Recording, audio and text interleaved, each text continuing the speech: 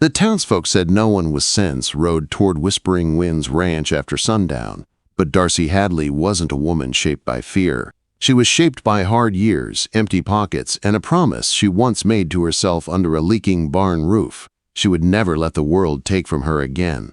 So when she saw the old ranch listed for a price so low it looked like a joke, she rode straight into Boulder County's land office without a second thought. The clerk, a gray-haired woman with wary eyes, had tried to warn her. 5 owners in 18 months. Strange accidents. Tools snapping with no reason. Horses refusing to enter the barn. Crying sounds drifting across the fields at night. Folks called it cursed land. But Darcy only saw 320 acres of good earth, running water, and buildings still standing strong. She paid the $1,000 right then, and walked out with the deed in her hand and a fire in her heart. By late afternoon, she was riding toward her new home on Checkers, her steady Appaloosa gelding. The Colorado sky stretched wide and blue above her, the kind of sky that made a person believe anything was possible. Mountains rose in the distance like sleeping giants, and the wind carried the scent of pine and river water. Darcy's boots brushed against the saddle leather as she pushed Checkers into a steady trot. She told herself she'd clean the place up, fix whatever needed fixing, and sell it by spring. Easy money. No curse in the world could scare her off. But all that courage wavered the moment the ranch came into sight. The house stood tall on a stone foundation, its wide porch wrapped around the front like waiting arms. The barn was long and clean-lined, built from thick timber that hadn't bowed to time. There was a stable, a chicken coop, a smokehouse, and open pasture rolling out toward the shining river. Everything looked lived in, not abandoned. Someone had taken care of this place. Recently. Darcy dismounted and pushed open the barn doors. They didn't creak, didn't groan. They slid smooth and quiet, almost careful. Inside, the air smelled of hay and horse. The stalls were neat, swept clean, the tack room organized like someone expected to use it again. Darcy felt a prickle along the back of her neck. Nothing about this place said cursed. Nothing said forgotten. Then she heard it.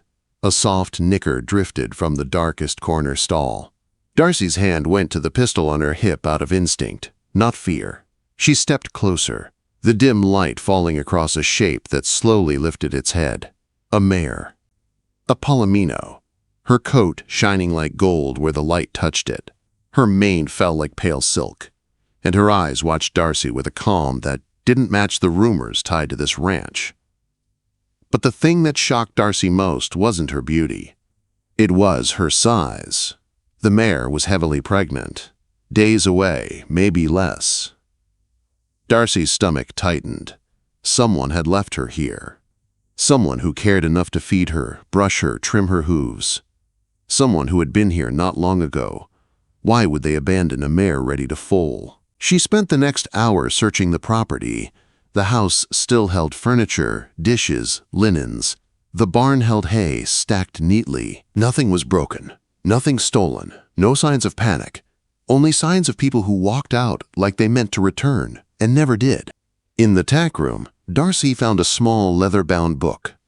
A ledger. She flipped it open and felt her breath catch. Page after page detailed the mare's care. Feeding notes, grooming notes, health updates, observations on her temperament. 6 months of entries. Then a new handwriting. Then another. 5 different hands recording the same horse's life. 5 different owners. The latest entry chilled her. She's close now, I can't stay. Protect her. Protect the foal. Don't let them find it. Them. Darcy stared at the word until the letters blurred. That night, exhaustion pushed her into sleep inside the quiet ranch house. The old stove crackled, the wind whispered against the shutters, and for a moment she felt almost safe, until she woke to the sound of riders, 6 of them by the rhythm, moving fast, surrounding the house. Darcy rose without a sound, her hand gripping her pistol. She peeked out the window. The moonlight revealed dark figures circling the property, riding the perimeter, stopping at certain points like they were checking something. They never approached the house, never called out, never tried to break anything. They were searching for what or who. Minutes later, they were gone, leaving nothing behind but silence and the echo of their hoofbeats. At dawn, Darcy saddled Checkers and rode toward the river where she'd seen one rider stop. The ground there was disturbed. Fresh survey stakes jabbed into the earth. A narrow trench cut through the soil. A test hole glittered faintly where the sun hit the wet sand. Darcy knelt beside it. Gold. Not much, but enough. Suddenly, the curse made sense. The sabotaged equipment, the fleeing owners, the terror and the night. Someone wanted this ranch empty so they could work a hidden claim. Someone had scared off every owner before Darcy. But they hadn't counted on her. She rode back to the barn with a tight jaw and a burning heart. The mare greeted her with a soft rumble, nudging Darcy's arm as if sensing her worry. "Don't worry," Darcy whispered. "Whoever they are, they won't take this place. Or you." But the mare's sides tightened. She shifted, sweating, trembling. The foal was coming. And danger was coming too. Darcy rolled up her sleeves, knelt beside the palomino, and prayed the riders wouldn't return tonight. Because she was about to fight for a ranch, a secret, and a life she didn't know she needed. And it all started with a horse. The storm clouds rolled over the Colorado sky as afternoon faded, but Darcy barely noticed the rumble of distant thunder. All her focus was on the laboring palomino mare. The barn felt smaller with every passing minute. Warm breath, shifting hooves, and the sharp scent of sweat and hay mixed in the air as Darcy worked, her hands steady even while her heart pounded. The mare strained, her muscles trembling. Darcy whispered to her, keeping her voice calm. "Come on, girl. You're strong. You can do this." She had helped with foalings before, but never alone. Never with danger lurking outside. Never on cursed land where 6 riders circled in the dark just the night before. 2 long hours crawled by. Then the moment came. Darcy caught the foal with shaking arms, letting him down gently into the clean straw. A colt. Dark-coated and long-legged, already fighting his way into the world with stubborn strength. His first cry filled the barn, soft but full of life. Darcy sat back against the stall wall, sweat streaking her face, tears burning her eyes. She had seen miracles before, but never one that made her feel this kind of connection. The mare nudged her newborn, cleaning him without hesitation. Darcy watched, chest tight with something she couldn't name. "You're perfect," she whispered. But the peace didn't last long. Just after nightfall, the barn lanterns flickered. A chill swept through the air, tugging at Darcy's instincts. She reached for her rifle before the sound even registered. Horses, more than one. This time they didn't sneak. They thundered straight toward the barn, their hoofbeats angry and fast. Darcy stepped out just as 5 men rode into view, their faces shadowed, their eyes cruel. The leader, a broad-shouldered man with a grizzled beard, pulled up his horse and glared at her. "You're the new owner," he growled. "You made a mistake coming here." "This is my land," Darcy said firmly. "The deed says so." The man smirked. "Cursed land! Dangerous land! Folks usually leave when they hear the warnings." "I'm not leaving." Darcy held her ground, though her throat felt dry. "That's so?" He nodded to his men. "Let's help her reconsider." They began to dismount. Then the mare screamed. It wasn't fear. It was fury. The golden mare burst out of the barn, charging like a wildfire come alive. Her coat blazed in the lantern light, her eyes burning with a mother's wrath. She struck at the closest rider's horse, sending the man crashing to the ground. Another man scrambled backward as she lunged again. Darcy raised her rifle and fired a warning shot into the air. The crack echoed off the mountains. "Get off my land!" she shouted. Chaos exploded. The men scrambled for their saddles, shouting curses as their horses panicked under the mare's attack. Within seconds, they were racing off into the night, the mare chasing them all the way to the property line. Darcy didn't breathe until the palomino returned, sides heaving, ears still pinned. Darcy stepped forward slowly. "Thank you," she whispered. The mare pressed her face against Darcy's shoulder. then hurried back to her colt. By dawn, Darcy knew she had to act fast. She saddled Checkers and rode into town, dusty and exhausted, but determined. She marched into Sheriff Craig's office and gave her report. Trespassing, threats, illegal mining, everything she had seen along the river. Sheriff Craig listened with raised brows. "Mining? You sure?" Quote. Darcy handed him her notes and sketches. "Gold, Sheriff, on my land. And those men want me off it." Craig sighed. "You're messing with dangerous folks, Miss Hadley." "I don't scare easy." "I can see that," he said. "I'll ride out there and take a look, but be careful. Pride and greed make men stupid." Quote, "I'm not the one stealing," Darcy replied. After leaving the sheriff's office, Darcy walked through town asking careful questions. She learned that the ranch had belonged to a man named Winters, who died without family. She also learned about a mining syndicate from Denver, buying up land cheap. And the man leading that operation? Caleb Thorne.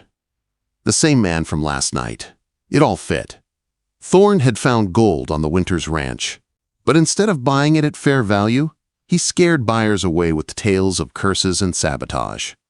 Each owner lasted just long enough to care for the mare before fleeing under pressure. Except Darcy. When she rode back to Whispering Winds at sunset, the air felt heavy with threat. The ranch stood quiet, but Darcy's nerves hummed. She checked on the mare, now resting, her colt nursing stronger with each hour, and set traps and tripwires around the barn. She wasn't leaving. Not now. Not ever. Days passed.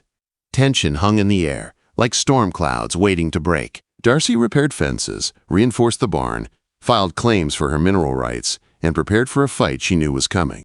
The mare grew more trusting each day, and Darcy found herself talking to her more than anyone else. "Sonny," Darcy finally said one night, brushing the mare's golden coat. "I think that's your name. You shine brighter than anything in this place." Sonny flicked her ears, accepting it. "And him?" Darcy stroked the colt's soft neck. "River. Because he belongs to this land, same as the water does." River snorted softly, already bold. 8 days after the foal was born, trouble arrived again. No stealth. No warnings. Just the sound of multiple horses riding hard, straight toward the barn. Darcy grabbed her rifle and positioned herself near the porch. But the riders didn't slow. They rode straight past her and straight for the barn. Her heart stopped. They were after Sonny and River. "Stay away from them!" Darcy yelled, firing a shot. They didn't stop. Darcy ran. What she found inside the barn made her blood run cold. Thorne's men were already trying to rope Sonny, who fought like a creature possessed. 2 men lay on the ground, moaning. The others were closing in. Darcy leveled her rifle. "Touch that colt," she said, her voice low and deadly. "And you're dead men." Thorne stepped forward with a cold smile. "That colt is worth more than you can imagine. You can't stop us." But then, hoofbeats thundered outside. Many, fast. A voice shouted, "Thorne, drop your weapons!" Sheriff Craig rode in with deputies behind him. And for the first time since she bought the ranch, Darcy felt something she hadn't felt in years. Hope. Sheriff Craig's deputies stormed into the barn, rifles drawn, boots thundering across the packed dirt floor. Caleb Thorne froze mid-step, rope still clutched in his hand. His men scattered like dust in a windstorm, some lifting their hands, others dropping to their knees as the deputies closed in. "That's enough," Craig shouted. "Caleb Thorne, you're under arrest for fraud, illegal mining, trespassing, and attempted theft." Thorne's face twisted with anger. "You don't understand what you're ruining, Sheriff." Craig stepped closer. "I know exactly what I'm stopping." Thorne's eyes slid toward Darcy. She met his gaze without flinching, rifle steady in her hands. For a moment, the barn felt too small for all the rage swirling in the air. "This isn't over," Thorne spat as 2 deputies grabbed him. "It is for you," Darcy replied. They hauled him outside. His men followed, their tough talk gone now that the law had caught up with them. The barn slowly grew quiet, except for the soft snorts of Sonny and the trembling breath of River pressed against her side. Darcy lowered her rifle at last. Craig approached her, dust on his coat and concern in his eyes. "You all right?" Darcy nodded, though her hands still shook. "I had help." He glanced at Sonny. "One fine mare you've got there." "She saved my life," Darcy said. "Twice." Craig tipped his hat. "We'll get Thorne booked." Denver's mining office already confirmed the documents he filed were forged. "The rights belong to you fair and square. You'll be safe now." Safe. Darcy had almost forgotten what that word felt like. When the lawmen left and the ranch fell silent again, Darcy walked into the stall and sank into the straw. Sonny lowered her golden head until it rested gently against Darcy's shoulder. River pressed his small muzzle against her arm, curious and trusting. Darcy closed her eyes, letting the weight of the moment settle deep inside her. She had come to Whispering Winds Ranch to make a quick profit. She had planned to fix it, flip it, and ride away without looking back. But somewhere between the first step onto this land and this moment in the straw, something inside her had shifted. And that shift changed everything. The weeks that followed brought more peace than Darcy had expected. The gold on her land was real but modest, enough to provide steady income if handled carefully. Perfect for someone who didn't want greed to ruin the land she was learning to love. She hired a small, honest crew to work the claim legally.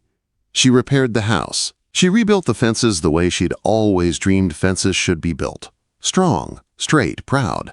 But the biggest change came inside the barn. Sonny thrived. River grew into a bold, bright-eyed colt who galloped circles around Darcy and followed her everywhere like a loyal dog. Every day Darcy spent with them, she felt something she had never allowed herself to feel before. She felt rooted. She felt home. She even hired some of the ranch's former owners, the ones who had been driven out by Thorne's tricks. The young couple returned. The old rancher returned. They brought stories, laughter, hard work, and a sense of community Darcy had never known she needed. Together, they rebuilt Whispering Winds into something alive again. Months passed. The ranch grew stronger, richer, fuller. And Darcy did too. She no longer dreamed of selling everything and riding off to chase the next deal. Now she dreamed of breeding strong horses, of raising River into the finest stallion in Colorado, of turning Whispering Winds Ranch into a place people spoke of with pride instead of fear. Sonny became a legend in the county. River became her promise to the future. 1 year after Darcy had bought the ranch for $1,000, the sun sank behind the mountains in a blaze of gold and rose, lighting the pastures with soft evening glow. Darcy stood on her porch, leaning against a post worn smooth by time. Sonny grazed in the tall grass. River, no longer a fragile newborn but a powerful young horse, pranced proudly at her side. Sheriff Craig rode up the trail, dust rising behind his horse. He dismounted and tipped his hat. "Evening, Miss Hadley." "Evening, Sheriff. Everything all right?" "Just came by with news. Thorne's trial ended today. 10 years in prison." Craig paused. Justice caught up to him. Darcy nodded. "Good." "There's more," he said. 3 different women bought land in this county this year. All said they were inspired by you, by what you did here." Darcy stared at him, stunned. "I wasn't trying to inspire anyone." "Maybe not," Craig said gently. "But sometimes surviving the storm is all the inspiration folks need." Quote. After he rode away, Darcy walked down to Sonny and River. The mare came to her first, nudging Darcy's cheek with quiet affection. River followed, pressing his warm shoulder against her hip with the boldness he'd had since the moment he was born.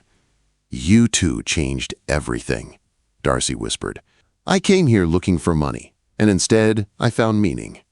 Sonny lifted her head toward the glowing sky. River tossed his mane, proud and free. Darcy breathed in the clean evening air and finally understood. The ranch was never cursed. It had been waiting, just waiting, for someone brave enough to stay. And Darcy Hadley had become that someone. The woman who walked into a forgotten ranch with nothing but grit, found a golden mare and her colt, fought off a greedy syndicate, and built a life richer than gold could ever buy. She bought the place for $1,000, but what she found was priceless. a home, a purpose, and two horses who had changed her life forever.